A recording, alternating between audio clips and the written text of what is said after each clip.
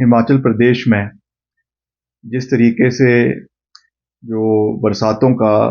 कहर है वो लगातार जारी है और पिछले 2 दिन से थोड़ा राहत उसमें ज़रूर प्रदेश में देखने को मिली है, क्योंकि बरसातें जो है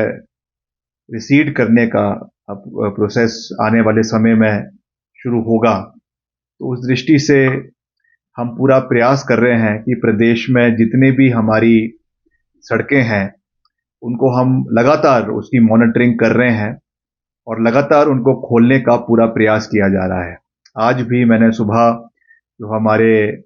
ईएनसी है उनसे मैंने बात करी है और आज भी करीबन 1250 सड़कें प्रदेश के अंदर बंद है और हम उनको खोलने का पूरा प्रयास जो है वो कर रहे हैं। मुख्य रूप से जो हमारे 2 एनएच हैं, एक आपका जो बंजार घाटी को जोड़ता है वो है और एक दूसरा आपका जो बंजार से औट को जोड़ता है और दूसरा जो आपका भरमौर क्षेत्र का एनएच है। दोनों को हम तीव्र गति से खोलने का पूरा प्रयास किया जा रहा है। जहाँ तक आपके भरमौर चंबा एनएच की बात है, उस पर पूरी मजबूती से हमारी मशीन्स जो है वो लगी हुई है, पोकलेन मशीन्स लगी हुई है और लगातार हमने वहाँ पे हर जो है 10 किलोमीटर के ऊपर, हर 10 किलोमीटर के दायरे के ऊपर हमने उसमें जो है एसडीओज जेईज को जो है वो उनको उसमें डिप्यूट किया हुआ है, ताकि कोई भी ऐसा हमारा पैच बीच में ना रहे जो सड़क मार्ग से जिसको जोड़ने के लिए जल्द से जल्द जिसके ऊपर कार्रवाई ना हो। इसलिए जैसे मैंने आपको कहा कि हर 10 किलोमीटर के ऊपर अलग से जेईज भी डिप्यूटेड है और अलग से एसडीओज भी डिप्यूटेड है, ताकि तीव्र गति से जो है वो कार्य को पूरा किया जा सके। मैं ये भी कहना चाहूँगा कि ये भी एक कड़वा सत्य है, एक कड़वा सच है कि अब रेगुलरली प्रदेश में इस तरीके की जो है वो समस्याएं हमको देखने को मिलेगी। ये एक रेगुलर अफेयर प्रदेश में हर मॉनसून के अंदर है, जिसमें चाहे एनएच है, एनएच भी डिस्टर्ब होते हैं, एनएच के ऊपर भी नुकसान होता है, चाहे हमारी लिंक रोड्स है उनके ऊपर भी जो है वो लगातार नुकसान हो रहा है। और उस दृष्टि से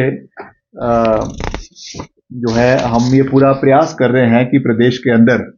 जैसा मैंने आपको कहा कि जो भी कमियां डिपार्टमेंट की ओर से रही है उनको आने वाले समय में पूरा करने का हम प्रयास करेंगे, जिसमें नंबर 1 जो है वो आपका जब रोड कटिंग किसी भी क्षेत्र के अंदर होती है, किसी भी क्षेत्र के अंदर जो है वो नई सड़कों को बनाया जाता है, तो उसमें जो मक निकल कर आता है वो हमारा नदी में, नालों में उसको डंप किया जाता है। हालांकि बाकायदा एफसीए, फॉरेस्ट कंजर्वेशन एक्ट की परमिशन के बाद ही एक डंपिंग साइट स्वीकृत करवाई जाती है, मगर कई जगहों पे ये देखा जाता है कि जो हमारी डंपिंग साइट्स है वो अधिकृत डंपिंग साइट्स ना होकर ठेकेदार जो है वो समय को बचाने के लिए, खर्चे को बचाने के लिए कई प्राइवेट जगह पे डंपिंग शुरू कर देते हैं। नंबर 1 तो हमने इसके ऊपर कड़ा संज्ञान डिपार्टमेंट से लिया है। मैंने पिछले कल ही इसमें अपने ईएनसी के साथ और जो अभी हमारा जो सेक्रेटरी है पीडब्ल्यूडी का, उसको मैंने बोला है कि हम इसमें जो है पूरी मजबूती से इसके ऊपर हम कार्रवाई करने जा रहे हैं। देखिए, मैं तो दिल खोल के प्रधानमंत्री जी से ये कहूँगा, उनसे विनम्र निवेदन करना चाहूँगा कि 2 साल से वो आपदाएं प्रदेश के अंदर आ रही हैं, मगर वो हिमाचल उनको आने का समय नहीं मिला। वो कहते हैं कि हिमाचल मेरा दूसरा घर है और हिमाचल से उनका एक गहरा गहरा लगाव है। तो मैं समझता हूँ कि उनको आना चाहिए,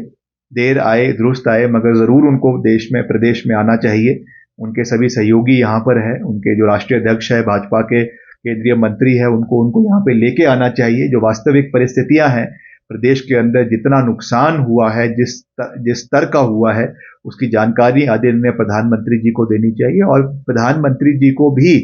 दलगत राजनीति से ऊपर उठकर हिमाचल का सहयोग करना चाहिए। मैं तो ये समझता हूं। और मुझे वो वाक्य भी याद है जब 2003 में वीरभद्र सिंह जी प्रदेश के मुख्यमंत्री थे और उसी समय अटल बिहारी वाजपेयी जी केंद्र के मंत्री थे, केंद्र के देश के प्रधानमंत्री थे। वो हिमाचल आए थे और उन्होंने यहाँ पर घोषणा रिज मैदान के ऊपर करते हुए उनके ये शब्द थे बतौर प्रधानमंत्री कि मेरे राजनीतिक मतभेद किसी भी सरकार के साथ हो सकते हैं, मगर वीरभद्र सिंह मेरे व्यक्तिगत मित्र है और मैं हिमाचल के लिए हर तरीके का सहयोग और सहायता दूंगा। और उस समय बतौर प्रधानमंत्री वाजपेयी साहब ने करीबन 500 करोड़ रुपए का वित्तीय पैकेज 2003 में हिमाचल प्रदेश को दिया था। तो मैं तो ये मानता हूं कि राजनीति अपनी जगह है, मगर केंद्र और प्रदेश के अंदर अच्छे संबंध रहने चाहिए और प्रदेश को पूरा सहयोग जो है वो केंद्र से इस मुश्किल स्थिति में मिलना चाहिए। प्रदेश को आपदा प्रभावित